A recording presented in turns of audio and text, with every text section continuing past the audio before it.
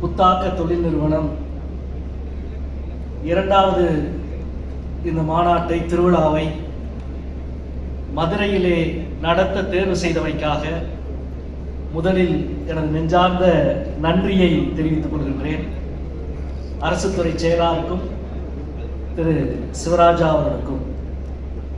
மதுரையில் நடத்தவில்லை என்றால் சிவராஜா அந்த பொறுப்பிலே இருப்பதற்கு நியாயமில்லை.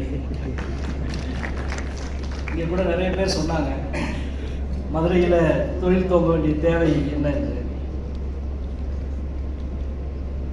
இந்தியாவிலேயே 2500 ஆண்டுகளுக்கு முன்பு மிகப்பெரிய வணிகம் நடத்தி கிரேக்கத்தோடு நடத்தப்பட்ட வணிகத்தின் அடையாளமாக ஜூலியஸ் சீசருடைய நாணயங்கள் இந்தியாவில் கிடைத்திருக்கிறது. இந்தியாவில் கிடைத்த நாணயங்களில் 80% நாணயம் தமிழ்நாட்டில் தான் கிடைத்திருக்கிறது. 3000 ஆண்டுகளுக்கு முன்பு அவ்வளவு பெரிய கடல் வணிகம் செய்த நிலம் தமிழ்நாடு. தமிழ்நாட்டில் கிடைத்த நாணயங்களில் சுமார் 60% நாணயம் நாம் அமர்ந்திருக்கின்ற இந்த வைகை நதிக்கரையில் தான் கிடைத்திருக்கிறது. வணிகத்தின் ஆதி சப்தம் எதிரொலித்த ஒரு நிலத்திலே புத்தாக்க மாநாடு நடக்கிறது என்ற வரலாற்று உணர்வோடு நான் பேசிக் கொண்டிருக்கிறேன். இது ஒன்றும் சாதாரண விஷயம். திரைக்கடல் ஓடியும் திரவியம் தேடு என்ற சிந்தனை இன்னும் 2000 ஆண்டுகள் ஆனாலும் நம்மை வழிநடத்துகிற சிந்தனை. எனவே தான் செய்யும் தொழிலே தெய்வம் என்று தொழிலை உச்சத்திலே வைத்த ஒரு மரபு நமக்கு இருந்தது.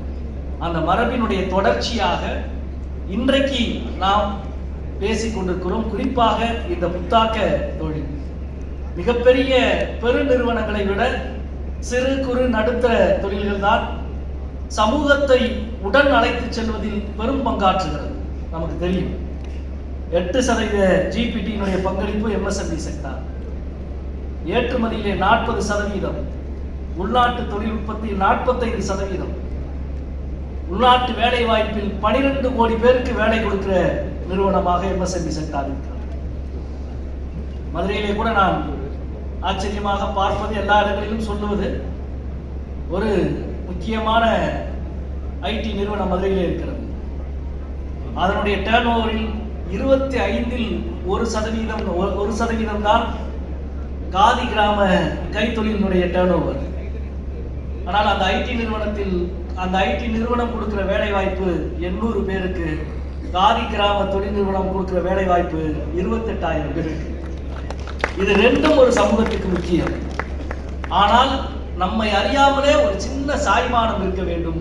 ஒரு அரசுக்கு, ஒரு மக்கள் பிரதிநிதி என்ற முறையில் அந்த சாய்மானம், வேலை வாய்ப்பை அதிகமாக உருவாக்குகிற தொழிலின் பக்கம் ஒரு சாய்மானம் இருக்க வேண்டும். அதுதான் சமூகத்துக்கான சாய்மானமாக இருக்கும். அந்த வகையில் புதிய வேலை வாய்ப்புகளை உருவாக்க பெரு நிறுவனங்களை விட இன்றைக்கு புத்தாக்க தொழில் நிறுவனம். நான் கூட நாடாளுமன்றத்தில் ஒரு கேள்வி கேட்டேன். ஸ்டார்ட் அப் இப்ப இந்த கருத்து நான் மட்டும் சொல்லல, இந்தியாவின் மிகப்பெரிய பணக்காரர் உலக தொழில் மாநாட்டிலே திரு மிட்டல் அவர்கள் சொன்ன கருத்து தான். 100 பெரும் நிறுவனங்களினுடைய வேலை வாய்ப்பு அநேகமாக ஒன்றுமில்லை என்று சொல்லுகிற அளவுக்கு கடந்த 3 ஆண்டுகள் புதிய வேலை வாய்ப்பை பற்றி அவர்கள் சொன்னார். அதை ஒட்டித்தான் நாடாளுமன்றத்திலே ஒரு விவாதம் நடந்த பொழுது இந்தியாவில் தொடங்கப்பட்ட ஸ்டார்ட் அப் நிறுவனங்களுடைய புள்ளி விவரத்தை கேட்ட பொழுது அமைச்சர் ஒரு புள்ளி விவரத்தை கொடுத்தார். 95% ஸ்டார்ட் அப் நிறுவனங்கள் தோல்வி அடைந்து விட்டது என்று அந்த புள்ளி விவரம் கொடுத்தார். அது பெரிய பரபரப்பாய் நாடு முழுவதும் கிளப்பியது. சிவராஜா கூட போன் பண்ணி இப்படி ஒரு கேள்வி கேட்டுக்கிறீங்களே என்னன்னா, அதில் அதிர்ச்சி அடைய ஒன்றுமே இல்லை. ஸ்டார்ட் அப் தோல்வி அடைய செய்யும். தோல்வி அடைந்தாலும் எழுந்திருக்கிற ஒரு சூழலை உருவாக்க வேண்டியதுதான் அரசின் கடமை, ஸ்டார்ட் அப் டீமுடைய கடமை. ஒரு விதையால் மட்டும் முளைத்து விடுவதில்லை, சூரிய ஒளியாலும் காற்றாலும் சூழலாலும் முளைக்கும். அப்படிப்பட்ட சூழலை உருவாக்குவதுதான் ஒரு அரசுடைய கடமை.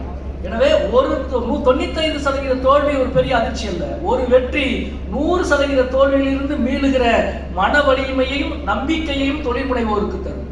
அந்த வகையில் தமிழ்நாடு இன்றைக்கு இந்தியாவின் மிகச்சிறந்த முன்னுதாரணமான மாநிலமாக இருக்கிறது என்பது நம் எல்லோருக்கும் பெருமை. இந்த நேரத்தில் தமிழக அரசையும் மாண்புமிகு முதல்வர் அவர்களுக்கும் எனது வாழ்த்துக்களை தெரிவித்துக் கொள்கிறேன்.